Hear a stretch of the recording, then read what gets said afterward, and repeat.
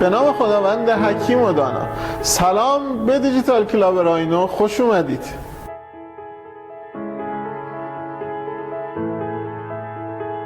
در این قسمت با شما در مورد یک سوال مهم صحبت خواهم کرد. اساساً چرا پرینتر بعدی؟ 4 دلیل داره و در ادامه این ویدیو خیلی کوتاه اینها رو با شما صحبت میکنم و به اشتراک میگذارم.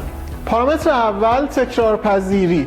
یه چیزی که قطعاً دندانپزشکان محترم و حتی بزرگواران لابراتواری صحبت من رو تایید خواهند کرد اینه که در کیس های مختلف گپ کم یا زیاد و بیش از حد یا کمتر از حد مد نظر ممکن اتفاق بیفته، یا اینکه در نشست دچار مشکل بشه، دچار چیپینگ در داخل دهان بیمار به واسطه ادجست زیاد بشه، یا اصلا کار فیل بشه.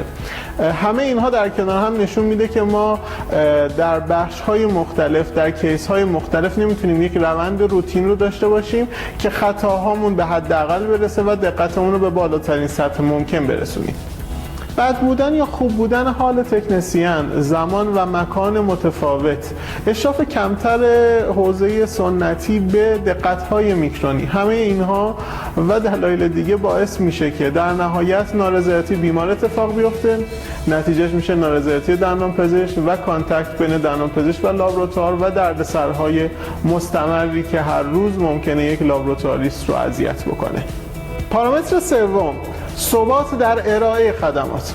قطعا همه لابراتواریست‌ها فکر کنم یک بار این تجربه رو به عنوان مدیر لابراتوار داشتن که یکی از نیروهای خوبشون رفتن یک نیرو یعنی از دست رفتن تایم زیاد و دوباره درگیری های مدیر لابراتوار و دوباره آموزش نیروی جدید، مدیریت کارهای مانده و همه اینا اعصاب خوردی که در همه حوزه های زندگیش احتمالاً اثر گذاره. داشتن یک دستگاه پرینتر بعدی در کنار یک مدیر لابراتوار کمک میکنه، خصوصا در حوزه وکساب که یکی از پرتکرارترین کارهایی که در یک لابراتوار انجام میشه، کمک میکنه که در سخت‌ترین لحظات کار بتونه مدیریت بشه و همینطور اون کیفیتی که میتونه به دست مشتری برسه در لحظات مختلف فرقی نمیکنه. اینکه چه تکنسیانی پای دستگاه باشه، اینکه چه تکنسیانی کار رو بخواد تحویل بده، چه کسی مسئول اون بخش باشه، در طول زمان تفاوتی نمیکنه. داشتن یک کیفیت مستمر و متوازن و درست یعنی برندینگ برای یک لابراتوار، یعنی داشتن یک اثر انگشت و یک ویژگی منحصر به فرد در روند ارائه خدمت. مورد چهارم، مدیریت لود اضافه در زمانهای خاص.